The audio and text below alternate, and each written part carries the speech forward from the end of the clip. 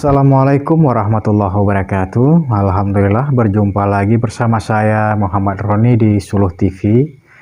Mudah-mudahan kita semua, saya dan saudara-saudara serta sahabat dimanapun berada dalam keadaan sehat walafiat dan selalu dalam lindungan Tuhan Yang Maha Esa. Amin ya rabbal alamin. Baik teman-teman, saudara-saudaraku sekalian, pada kesempatan kali ini saya akan membicarakan dan membahas dengan teman-teman tentang pengaruh Arab jahiliyah sampai saat ini, sehingga apa yang kita pikirkan itu ajaran Islam atau bawaan dari Islam, tetapi sebenarnya itu tidak. Sebenarnya itu adalah pengaruh Arab jahiliyah pada masa itu, dan sampai sekarang pemikiran-pemikiran tersebut masih kita pakai sampai hari ini. Nah, jadi bagaimana yang dimaksud pengaruh Arab jahiliyah sehingga bisa sampai ke hari ini? Pasti saudara-saudara dan teman-teman bertanya-tanya, di mana pengaruhnya, apa masalahnya. Pada saat ini mungkin kita sering mendengar bahwa, atau mungkin kita sering mengucapkan sendiri, dan mungkin saya yakin dan percaya kalau kita itu sering punya anggapan, punya pikiran seperti ini. Ya udah, kalau kita mau usaha, ya usaha. Ya nanti biar Tuhan yang memberikan, menunjuk jalannya. Ya misalnya kita mau buat sekolah, ya buat sekolah. Ya berjalan dengan apa adanya. Ya nanti juga Tuhan akan membantu. Ya kalau mau usaha apa gitu, yang penting kita usaha. Masalah rezeki mah itu urusan Tuhan. Atau ya sedekah, ya nanti kita akan digantikan dengan yang lebih baik lagi. Nah, pemikiran-pemikiran seperti ini sering terjadi dan sering kita dengar, bahkan mungkin kita menganggapnya seperti itu. Padahal pemikiran-pemikiran seperti yang saya gambarkan tadi itu sebenarnya itulah asalnya dari Arab jahiliyah. Nah, kenapa? Karena Islam muncul di negara Arab. Penganut pertamanya adalah orang-orang Arab, sehingga pengaruh-pengaruh Arab jahiliyah itu terbawa sampai hari ini. Nah, sampai hari ini itu terbawa. Kenapa demikian? Karena ketika kita beranggapan seperti itu, seolah-olah kita sudah tahu bahwa ketika kita melakukan seperti ini, Tuhan akan berbuat seperti itu. Nah, jadi contoh seperti ini, ayo sedekah. Kalau kita sedekah 1 juta, maka akan diganti 10 juta.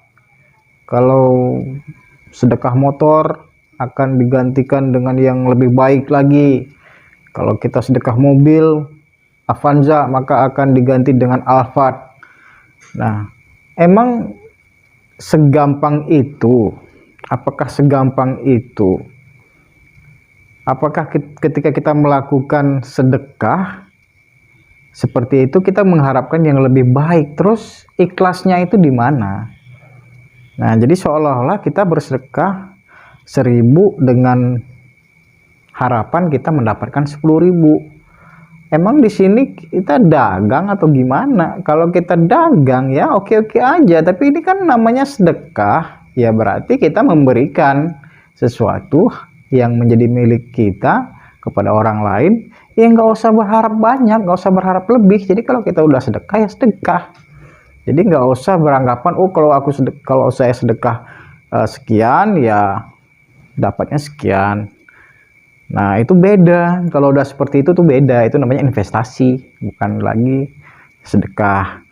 Nah, kemudian banyak sih penceramah-penceramah yang memang menipu atas nama sedekah gitu. Padahal dia sendiri tertipu. Kenapa? Karena ketika dia mengatakan atau menjelaskan kepada pengikutnya atau simpatisannya, ayo sedekah, jangan takut miskin. Iya, kalau kita sedekah ya nggak bakalan miskin. Tapi kalau sedekahnya itu berharap atau mengharapkan sesuatu yang lebih, di sini problemnya di sini. Nah, makanya ketika masa Arab jahiliyah ya, itu pemikiran-pemikiran Arab jahiliyah seperti itu. Ayo sedekah ya, ayo kita kalau mau usaha, ayo usaha, nanti pelan-pelan dah, pasti Tuhan bantu gitu. Nah, berbeda dengan umat-umat yang lain gitu. Kalau umat Kristen misalnya buat sekolah, mereka itu hitung-hitungannya dari A sampai Z, dari tahun pertama sampai tahun kedua, ketiga, keempat, bahkan sampai 10 tahun ke depan itu dihitung. Ya, budgetnya itu dihitung. Jadi tidak seperti, maaf ya, tidak seperti kita umat Islam yang kadang-kadang membuat sekolah ya apa adanya, ikhlas beramal, ya akhirnya apa? Akhirnya dampaknya itu mutu pendidikan kita berkurang. Ya. Yang ada cuman ya buat proposal sana sini. Ya, begitulah gambarannya. Nah, jadi bagaimana? Yang sebenarnya ini bukanlah berasal dari ajaran Islam. Ya. Tetapi itu berasal dari pemikiran atau bawaan Arab jahiliyah. Ada satu kisah pada masa Rasulullah SAW. Jadi ketika Rasul kalau zikir kan lama gitu. Jadi ketika itu Rasul berada di masjid, selesai sholat subuh, Rasul berzikir, dan para sahabatnya itu pada lama-kelamaan kan ya pergi ya, ada yang pulang, ada yang beraktivitas lah. Nah, jadi udah siang gitu. Nah, ketika Rasul mau berangkat ya, keluar dari masjid, ketika beliau berbalik, beliau melihat seorang sahabat ya. Seorang sahabat masih duduk di dalam masjid. Terus Rasul bertanya, "Loh, kenapa? Kenapa nggak kerja atau apa?" Terus jawab sahabat ini, "Ya Rasul, saya lagi galau nih." Jadi begitu ya, mungkin bahasanya seperti itu. "Saya lagi galau, saya lagi banyak utang, saya lagi ya banyak masalah. Mungkin dengan saya duduk iktikaf di masjid, saya bisa terlepas dari beban ini, ya Rasul." "Oh begitu," kata Rasul. Terus Rasul bicara, "Kamu mau nggak saya ajarkan doa yang jika kamu amalkan semua masalah kamu bisa teratasi?" "Mau ya Rasul." Jadi Rasul mengajarkan doa, singkatnya seperti ini. "Ya Allah, hindarkanlah saya dari kemalasan, hindarkanlah saya dari malas bekerja, malas mencari nafkah." Jadi intinya seperti itu. Nah, pada dasarnya Rasul ini ingin mengatakan kepada sahabat ini, ayo kamu gerak, kamu kerja, jangan seperti ini. Kalau seperti ini kamu nggak akan menyelesaikan masalah kamu gitu. Jadi seperti itu.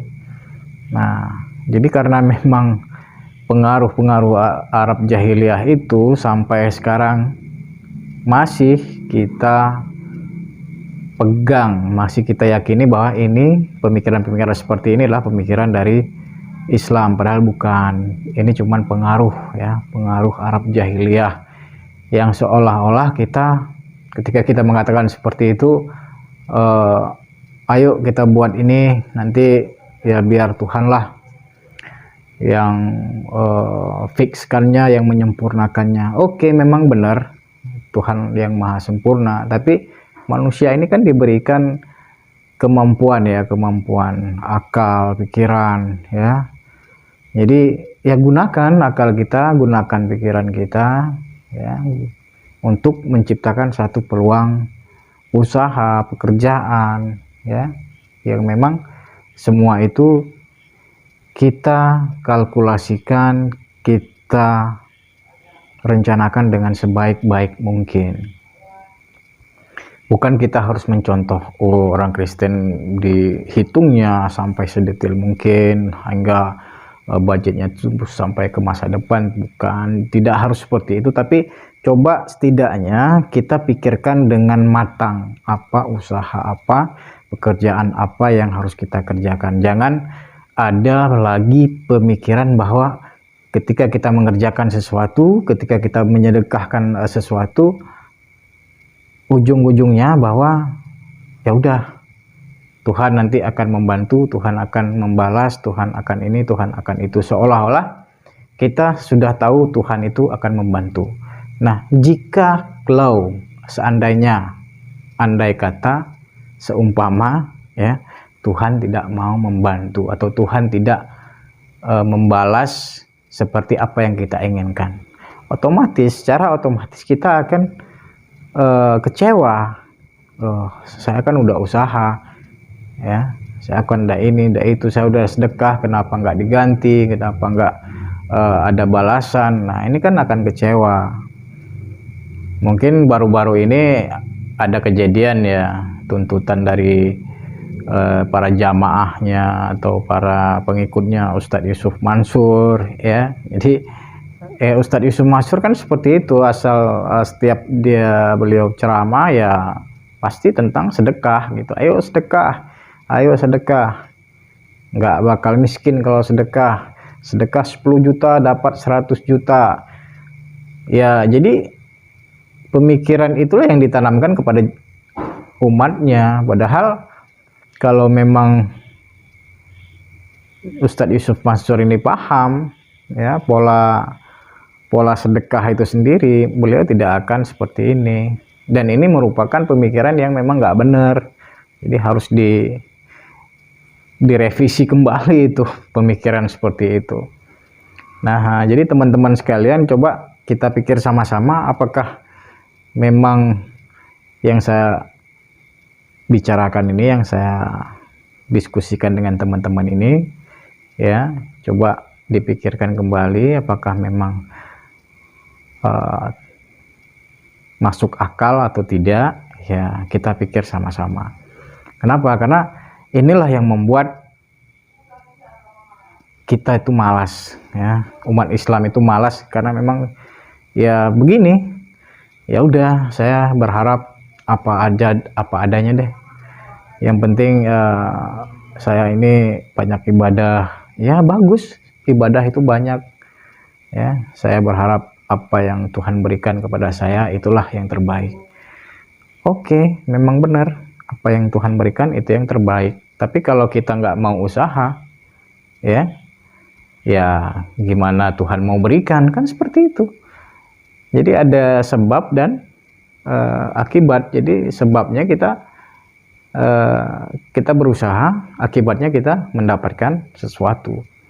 Nah, jadi setiap ganjaran itu ada. Jadi kalau kita cuman mengharapkan kita sedekah 10.000, ya udah sedekah aja banyak-banyak. Tapi kita kan nggak tahu kapan Tuhan itu akan membalas, ya. Apakah di akhirat? Jadi kalau kita sedekah banyak-banyak tapi Tuhan membalas di akhirat, berarti di dunia kita nggak dapat apa-apa.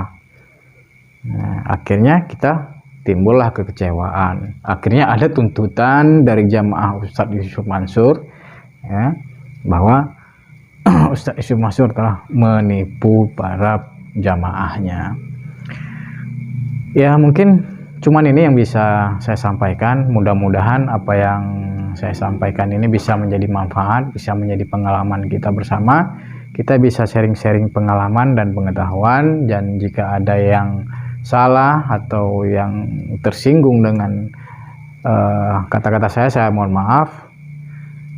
Hanya di sini, mudah-mudahan kita selalu dalam keadaan sehat walafiat. Amin ya rabbal alamin.